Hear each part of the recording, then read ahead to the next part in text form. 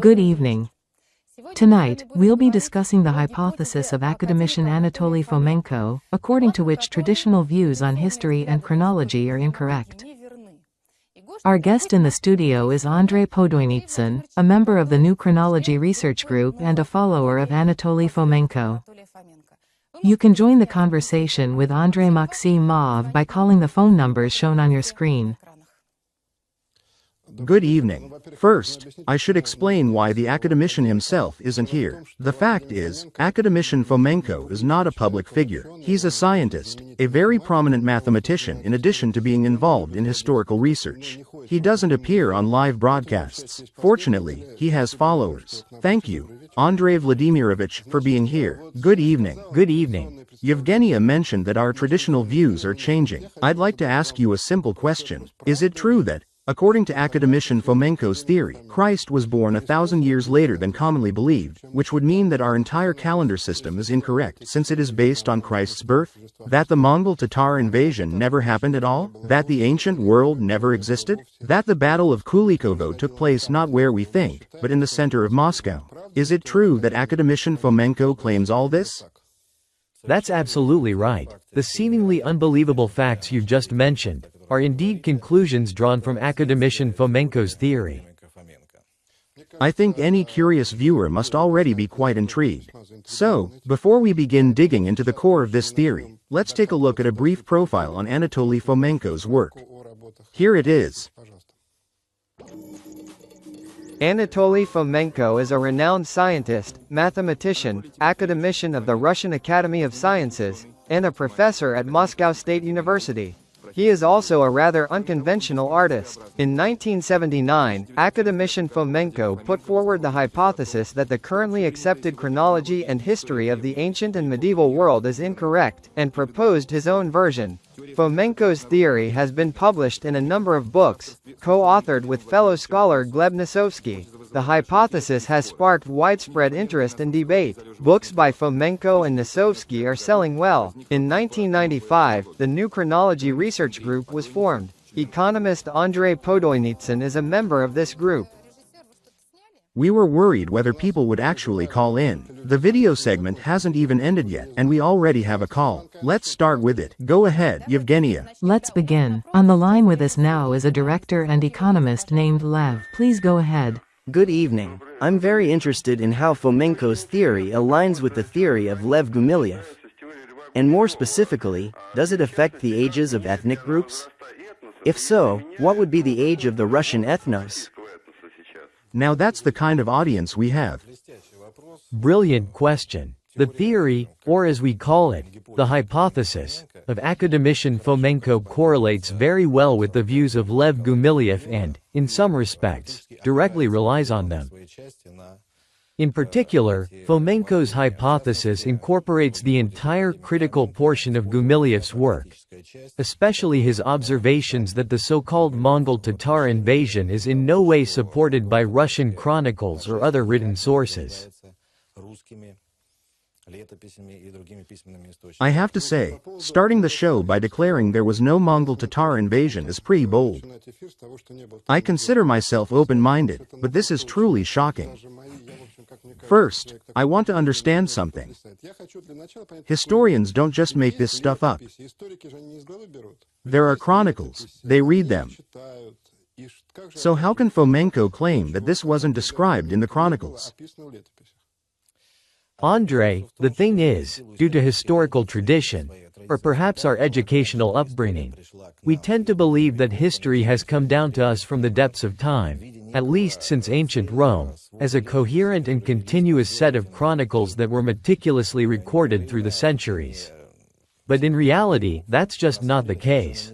The version of history and chronology that we know and consider traditionally correct today was only created at the beginning of the 17th century by two scholars, Joseph Scaliger and Dionysius Petavius, as a result of a massive effort to compile and organize material that before them had never truly been systematized.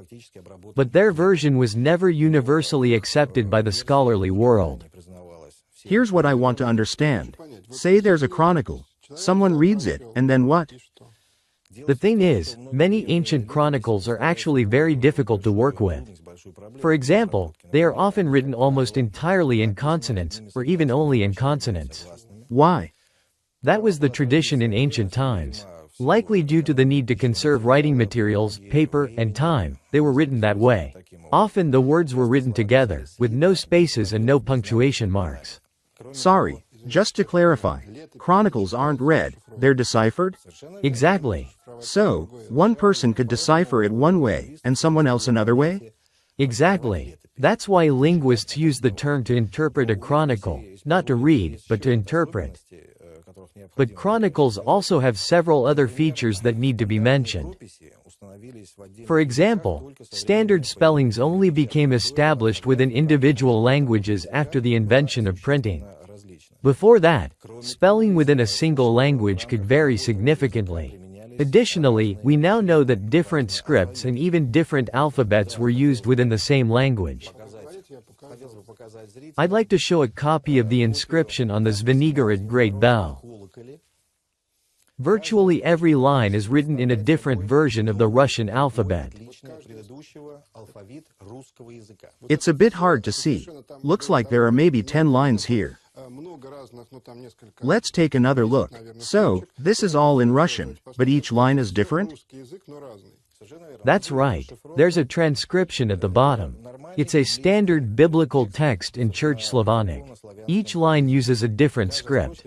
And sometimes the opposite occurred. The same letters, like Cyrillic, were used to write entirely different languages. Let me read a short excerpt. This is a prayer by Afanasy Nikitin, which he uses to conclude his famous book A Journey Beyond Three Seas. Just a brief fragment. I really want to emphasize this. I know what you're about to hear, and it just blew my mind. This is a prayer by the famous Russian traveler Afanasy Nikitin, who wrote A Journey Beyond Three Seas. Here's the excerpt. By God's mercy I came beyond three seas. Digir hudo donno ollo pervo digir danno amin. Milna Rahman Ragim ollo akbir akshi hudo ililo akshodo isa racholo alik solom. Forgive me, those who know the Turkic language, I'm probably saying something terribly wrong, but I'm doing my best. And here's the translation of the unclear part. There is no God but Allah, the merciful and compassionate. Jesus is the Spirit from Allah. How do you explain that? Jesus is the Spirit from Allah. This also doesn't quite fit into our standard understanding of the development of specific religions and denominations. But I wouldn't want to dwell on that right now. Instead, I'd like to mention a few more key features of ancient chronicles, very important ones. For example, there was no unified chronological scale. Even a point of reference like, from the creation of the world, had dozens of variations depending on the author. In fact, the extremes could differ by thousands of years. Also, in ancient times, abstract personal names, like Ivan, Peter, John, Martha, didn't exist. Instead, people were typically referred to by nicknames or titles such as Great King, the Saint, or the Lame. So, based on that, it's possible to interpret such a nickname as referring to one historical person, or to another, or a third. Exactly. And when translated, these nicknames would simply be rendered differently in each language. So far, it's clear that Fomenko interpreted the chronicles differently from how others had done before, but apparently, there's more to it. Let's take a listener question and then continue. We now have a question from a candidate of technical sciences. Vladimir, please go ahead. Thank you. Good evening, Andrei. Very glad to see you on TV. I'd like to ask a question I never had the chance to ask Fomenko. In his book, The New Chronology, aside from aligning historical timelines, he mentioned that he input all of old chronology, with possible inaccuracies, into a program, ran a strict mathematical analysis, and produced new historical tables. As a specialist in programming, I'd really like to know, what kind of program is capable of processing all of old chronology? Thank you for the answer. Thank you. Vladimir, I'd just like to make a small correction. The fact is, what was fed into the program wasn't just chronology, it was practically the entire historical fabric from the ancient Sumerians up to the 16th century.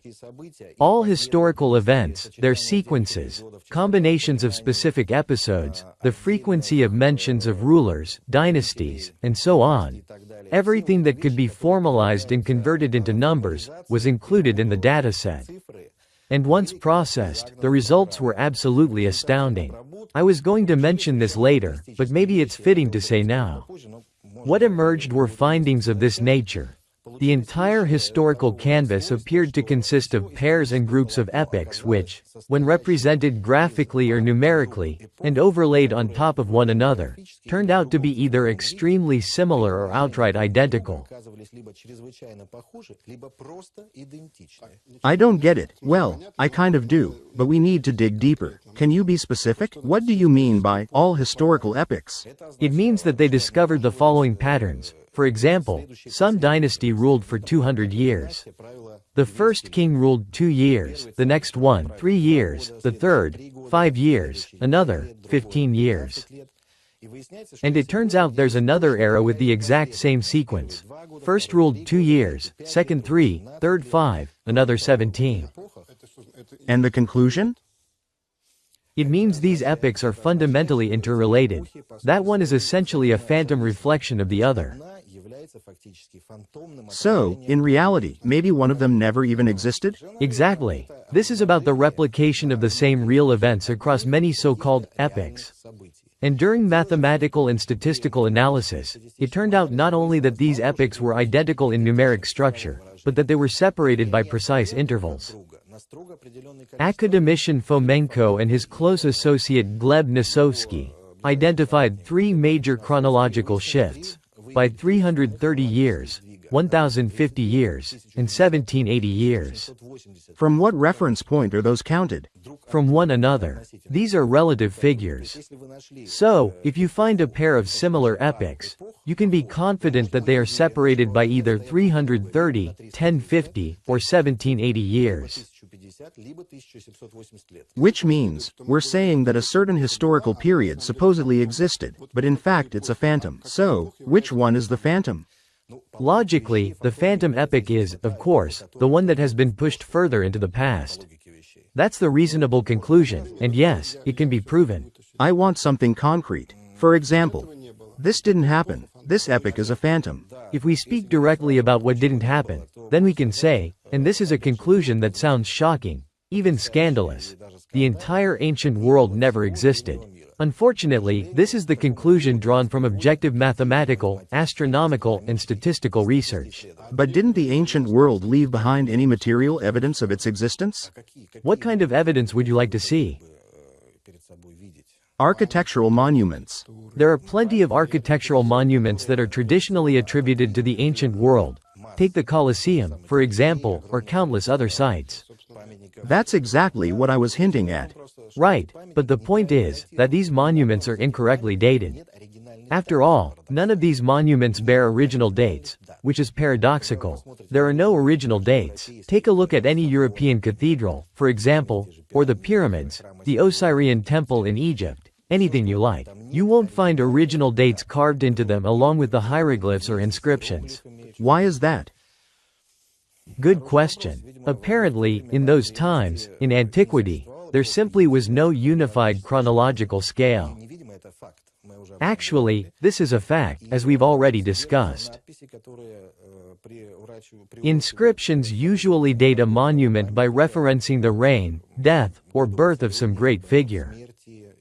In other words, this just shows that a unified chronological framework didn't exist yet, and we see no trace of it either. So far, we've stated that the ancient world never existed and that the Tatar-Mongol yoke never happened. Let's take a look. Actually, we haven't yet talked about the Tatar-Mongol yoke. We're about to. We have a call coming in. Yevgenia, go ahead. I'm very glad that knowledgeable people are calling into the show today with arguments. We've just received a call from a journalist who also studies history. His name is Igor. Please, go ahead. I have a question. In one of his works, Fomenko and his cohorts discuss the history of Russian coinage. They rely on the most basic, purely speculative principle. that minting technology always improves, and therefore, later coins should be more advanced than earlier ones. But I want to say, you just need to talk to people who collect coins, or read some popular literature.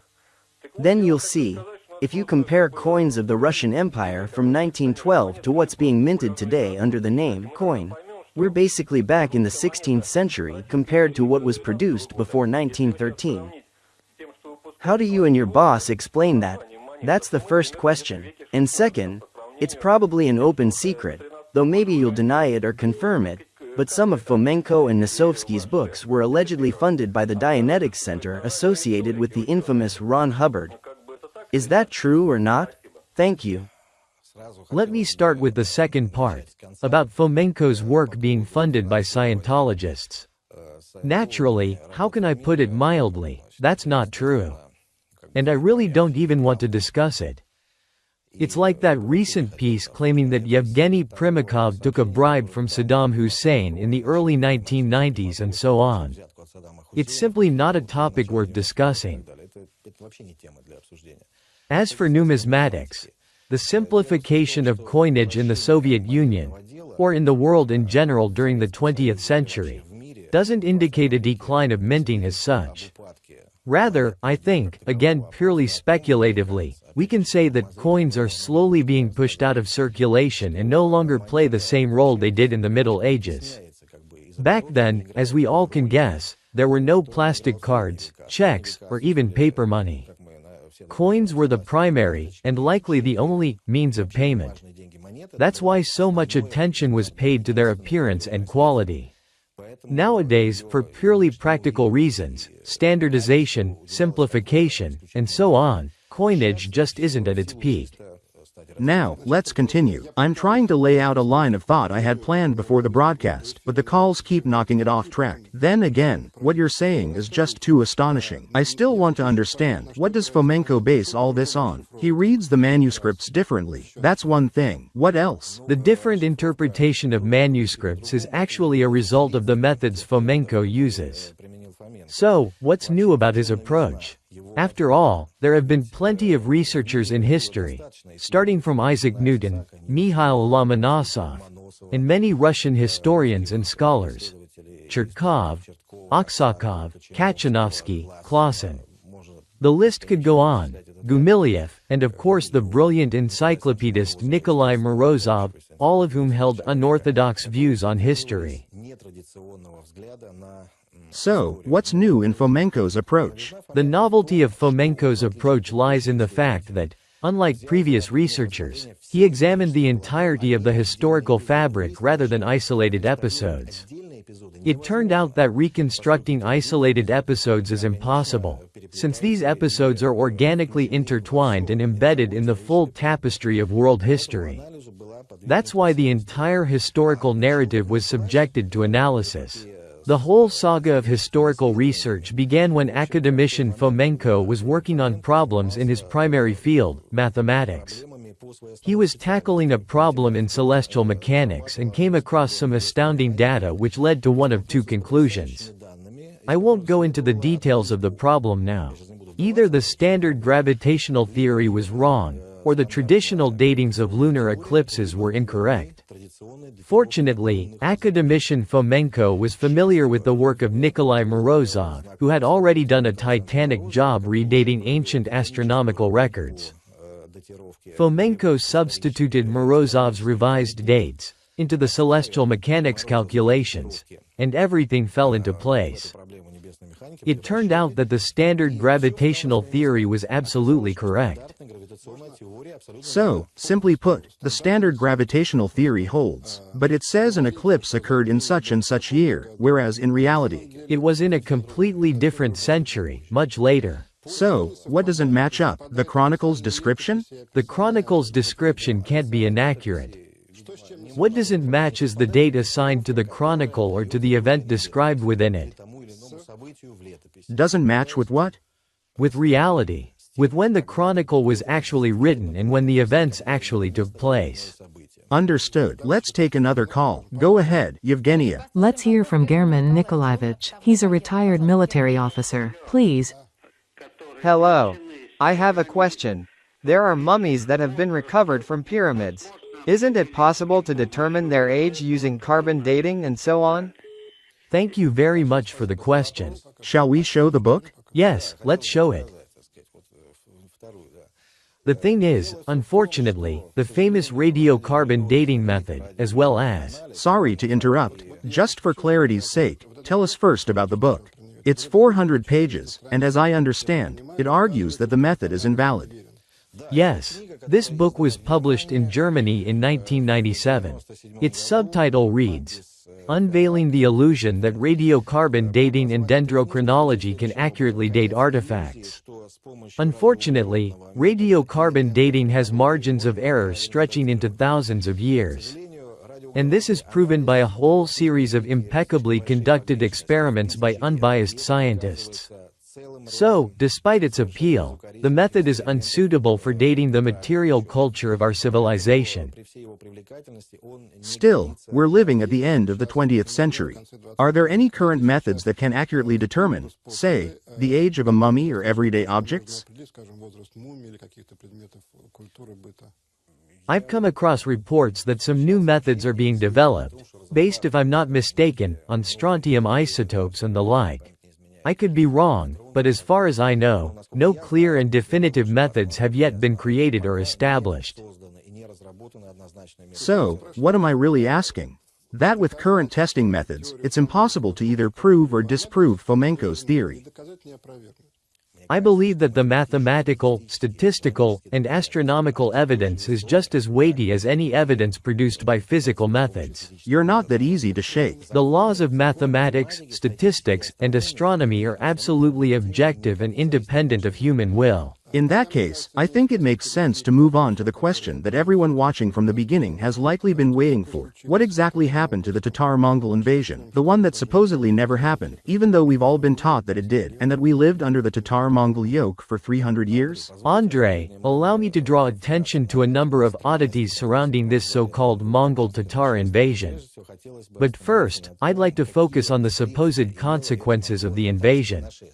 Here, I'll even quote from a textbook that reflects the traditional point of view. In this textbook, the consequences of Tatar rule over our lands are examined. At the same time, it's worth noting that the arrival of the Tatars and the circumstances of the conquest of Russia are not addressed at all. That is, the Tatars are presented as if not addressed at all in the traditional account? They are addressed, but textbooks often gloss over them. The Tatars are presented like a kind of atmospheric event.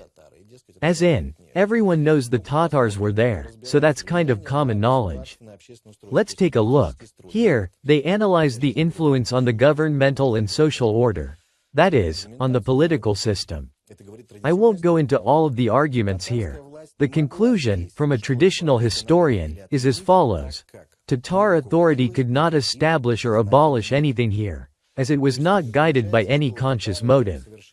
So, it turns out the Tatars conquered Russia more or less unconsciously, so to speak. Here are the supposed results of their economic and administrative activity.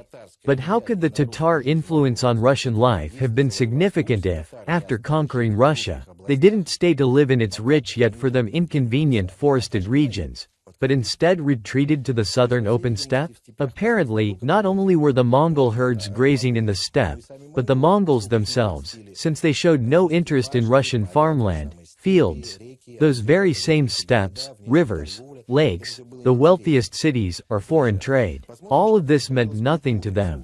Now let's look at what was happening with Russian culture. The clearest indicator of cultural development is typically the written literary language. According to the historian Karamzin, from the 13th to the 15th century, right in the middle of the so-called Mongol invasion, the Russian language evolved from coarse, simple vernacular forms to the heights of classical, proper Church Slavonic. That is, precisely during the time of supposed foreign occupation. Which actually can't be, right? Let's now sum everything up and see what we get. What's happening with the church? During the Tatar invasion, the church was exempted from all taxes and levies. What's more, even church people weren't counted, not only the clergy, but also peasants and townspeople attached to monasteries. For instance, Karamzin writes that during the Tatar invasion, one could say the majority of old Russian monasteries were built. These monasteries, aside from being centers of culture, literacy, and libraries, were also major economic units. They were essentially powerful fortresses, brilliantly integrated into the landscape from a military standpoint. Moreover, if they were male monasteries, they were full of strong men who, as we know, could easily turn into warriors when necessary. Take Perezvet and Oslabya. Perezvet clearly didn't show up at the Battle of Kulikovo dragging a fence post from some village brawl, you know? These examples show us what was actually happening in Russia. In the end, what do we have? The Mongol Tatar invasion essentially led to two consequences. First, a 10% tax on the population, which remains an unattainable dream for today's progressive Russian society. And second, a 10% conscription rate into the army. I also wanted to ask you about the Mongol Tatar invasion. As far as I understand, an invasion is, for example, what happened when Hitler invaded the Soviet Union, when territories are taken over by the conqueror. That's what I always thought. But did Russian territories actually come under Mongol Tatar control? I'm not sure what would even count as territory being taken over by the Mongol Tatars in this case, since there was no Tatar administration established in Russia. Russia was never disarmed. There were always standing military forces, including those of the princes, and Russia continued producing weapons. You explain everything so logically that I'm starting to think maybe there really wasn't an invasion. So, what do traditional historians mean when they talk about the Mongol Tatar yoke? In their view, what was the yoke? Literally, the invasion refers to a raid by nomadic tribes from Central Asia. But even there, we run into huge questions. So, they just came and left? Andrei, pay attention to this astonishing fact. What was the Mongol army? It was a powerful, brilliantly organized, advanced, and completely victorious army for its time. We know that such a strong and victorious army can only exist in a rich, densely populated, and well-organized state. So, how did nomadic tribes manage to unite into a quasi-state? It's completely unclear. A nomadic way of life and a state are, by definition, opposites. Where were the Mongol mines? Where were the craftsmen forging weapons? Where was the talent foundry of Mongol officer and general staff, so to speak in today's terms? How was the Mongol army supplied during its 1,000-kilometer treks across deserts and steppes? When you start thinking about all these things in purely material, physical terms, you realize that none of it adds up. Not from the right, not from the left, not from the sides, not from the back. Nothing fits. It all feels like fantasy, like it's happening on a Hollywood set. Hercules defeats all his enemies, takes off his fake armor, gets in a jeep, and drives home. That's it. Still, it's hard for me to just cancel the Mongol Tatar invasion in 5 minutes. Let's take a call now, then we'll come back to this. Go ahead, Yevgenia. You know, Andrei Vladimirovich, I feel very strange during today's broadcast. I can't say I'm a historian, since I only graduated from the history department at Moscow State University and never went into academia. But to me, this all feels at times bizarre, at times nonsense, sometimes funny, and sometimes like a pile of odd arguments. I don't even feel like arguing. What's telling is that not a single historian has called in. It's like they don't even know how to respond to any of this. Now we'll continue talking about the Tatar-Mongol yoke. We still have time before the end of the broadcast. But at this point, I have the feeling that one episode won't be enough for our conversation. I want to reach out to historians. If you're watching us, and I know some intellectuals are, please feel free to write or call our studio with your arguments. But the argument, this can't be true because it simply can't be true, doesn't count as an argument. Let's agree on that. So, we'll gladly consider any arguments you may have. Maybe next Wednesday we'll meet again with Andrei Podoynitsyn and respond to your feedback. About the Tatar-Mongol yoke, like you, I read Vasily Yan as a child. I know who Genghis Khan is, who Batu Khan is. Are you saying they didn't exist either? Without a doubt, there were real military leaders who carried out equally real campaigns, conquests, victories, and so on. But the thing is, Genghis Khan is, as we know, a classic example of not a personal name, but a title. It simply means, Great Khan. As for Batu, according to Anatoly Fomenko and Gleb Nosovsky, the name is actually a transformation of the common Russian word batya, dad. You can take that however you like. Wait, are you saying that both Genghis Khan and Batu Khan were not Tatar Mongol conquerors, but Russian princes? The essence of the historical reconstruction undertaken by the group led by academician Fomenko is that Mongol Tartary and Great Russia are essentially names for the same state. Why are there two different names? One of these names, Mongol Tartary, was likely an external designation. It's a somewhat distorted translation of Great Russia. Since you live and breathe this, it seems self-evident to you. But you're saying that Mongolia is a translation of the phrase Great Russia. Do I understand you correctly? Not exactly a translation, more like a rendering. And what does the word Mongolia mean? Mongolia is most likely a reproduction of the Greek word Megalian, which itself is a translation of the Russian word Veliki, great. The thing is, before the 20th century, the term used was often not Mongols but Moguls or Moguls, which is even closer to the Greek Megalian. So, Mongol Tartary and Great Russia are names for the same state, which once existed over a territory roughly corresponding to that of the Russian Empire in the early 20th century. And it was historically inhabited by the same peoples who still live on those lands today: Russians, Ukrainians, Belarusians, Tatars, Udmur, Chuvash, Mordvins, and so on. These are our many peoples. This state, apparently, was bilingual from the beginning.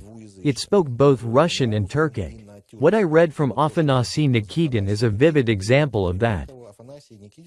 And who did they pray to? That phrase about Christ being the Spirit from Allah really threw me off. The thing is, the work on reconstructing the history of religion is still ongoing. It hasn't been completed yet. But of course, there is a working theory, and I'll allow myself to present it now. The idea is that originally there was a single religion, which later split into Christianity with its denominations, Islam, Judaism, and so on. And there's plenty of evidence to support that. So, originally, everyone on earth believed in the same God? Yes. Go ahead, Yevgenia. Andrei, our viewers are very meticulous and attentive. You didn't answer one of the questions from the beginning of the show. A viewer called with a follow-up. Marina, please. Thank you. Good evening, Andrei Vladimirovich. Just a quick comment first. We've known about Fomenko for a long time. We even saw his exhibitions back in our dorm at the Moscow Power Engineering Institute between 1976 and 1979. It just seems to me that he's a prisoner of his own theory. All the arguments for it fit in perfectly, and all the arguments against get dismissed out of hand. But I'd still like to ask the question you didn't answer. What software and hardware suite, what computers were used to achieve this impressive result? You quoted closely from Fomenko's book where he mentions that this analysis was done. But today, a lot of people have experience with computing, and that kind of answer doesn't satisfy them. For example, tell us how you entered the data into your program. I had to apologize for not answering the question directly earlier. The truth is, I'm not a specialist in programming or computer technology, nor am I a mathematician. But if we have another broadcast, I'll definitely get the precise details from Anatoly Fomenko, and he'll be happy to provide a full technical list. I understand what's behind the question. It's a perfectly natural one for a technical expert. But if you really dig into it, what does the question imply? Is the person trying to say it's all untrue? That it couldn't have been done? That no such computers exist? What's the point being made? I think the question reflects a natural desire to check it for themselves, to try reproducing the results. And I think that's more than reasonable. It's actually a very constructive impulse. I have one last point to make about the Mongol Tatar invasion. I think it's good that we spent so much time on this topic. Because if you think the arguments don't hold up, then counter them. Andrei Vladimirovich explained everything quite clearly. So go ahead, explain what exactly he said that was wrong. I have one final cultural argument from our great Russian poet. Yes, we are Scythians. Yes, we are Asians, with slanted and greedy eyes. According to Bloch, our slanted eyes are a legacy of the Mongol Tatar yoke. So where is he mistaken? Andrei, let's all of us, the entire studio, everyone involved in this television production, go stand in front of a mirror and look for traces of the Mongol Tatar invasion on our faces. I haven't seen a single person in your studio with slanted eyes. That probably suggests there are no Central Asians, Chinese, Mongols, etc. among us. And if we compare ourselves to Europeans, if you dress and groom us the same way, you wouldn't be able to tell who's who. Moreover, I have many good acquaintances and friends who are Tatars. And frankly, they look far more European than we look Mongolian. So, we've concluded that there was no Mongol Tatar invasion, but according to Fomenko, what was happening during that time? According to Fomenko, it was a particular period in the life of the empire when the population was divided into two groups: civilians, governed by princes, and the military, governed by the horde. The professional Russian army was called the horde. The Russian army was called the horde? Exactly. The Russo-Turkic army, if you like, was called the horde. And it was led by the Grand Prince, who was also referred to as the Khan. Why? If you closely analyze old chronicles and accounts by various eyewitnesses, including foreign ones, like Sigismund von Herberstein, Plano Carpini, and others, you'll find that titles like Tsar, Grand Prince, Khan, Khagan, and perhaps even Sultan were often used interchangeably. They referred to the same person, just in different languages. Got it. We've got 4 minutes left. Maybe we can hear some arguments against this theory. Yevgenia? We have another caller, a businessman. Go ahead, Boris. Good evening. You've rejected radiocarbon dating. But what about stratigraphy, the analysis of soil accumulation, which gives clear chronological layers and is easy to verify over shorter timespans? Also, in connection with the claim in the book that Novgorod was relocated to Yaroslavl, and the denial that Novgorod existed as a historical city, how do you explain the existence of 11th century Novgorod, which is well preserved? I'm not a specialist in the method of soil accumulation, but I'll share my view. The issue is that all of these dating methods are initially tied to the traditional chronology. That's the core problem. Besides, based on experience, the rate of soil accumulation is not uniform and depends on many factors, climate, among others. As for the 11th–12th century Novgorod, I repeat, the dating of the findings is anchored to traditional chronology, nothing more. Let's say they find some weapon or household item. How is its age determined? As far as I know, most often by analogy. That is, the object is usually compared to a group of similar finds discovered earlier and already dated. So, if they find, say, a nut of a certain shape and they know that a similar one was found at another site, they assume it's from the same period. What's your overall impression of our conversation? It's coming to an end. I'm left with a bit of a lingering doubt that what we're discussing still sounds too paradoxical and unbelievable. I'd like to suggest that our genuinely interested viewers go directly to the original sources: Cherkov, Morozov, Gumiliev, and of course, Fomenko and Nosovsky. Still, I'd like to invite you back next Wednesday. I don't know how long audience interest will hold out, but in any case, we mention, almost in passing, that Christ was born 1,000 years later than traditionally thought. I'd say that's no less of a bombshell than denying the Tatar-Mongol invasion ever happened. And yet, that's what the Bible analysis seems to suggest. Hold on, we'll talk about that next Wednesday, and much more. I'm not a historian, and I can't say I've read all of Fomenko's books cover to cover. What strikes me most about this theory is that someone could even come up with all of this, and be able to back it up with evidence. To me, this theory is a stunning example of the power of human thought and its quest for understanding. And any such quest, if it's real, inevitably leads to paradoxes. In any case, as a journalist, I find it fascinating that we've uncovered such a topic, and I wouldn't want to just drop it. So, next Wednesday, I hope to see you again. And to help you remember us, here's our traditional little gift, some notepads with the Vremechko logo. Hopefully, you'll jot down a reminder. Don't forget to come to the live broadcast of Vremechko. Our time is up. I want to thank everyone who called in tonight. I'm really grateful to you. We had a huge number of calls. I think it's wonderful that so many people care deeply about history and know it well. I think that's truly remarkable, maybe especially today. All the best. Take care.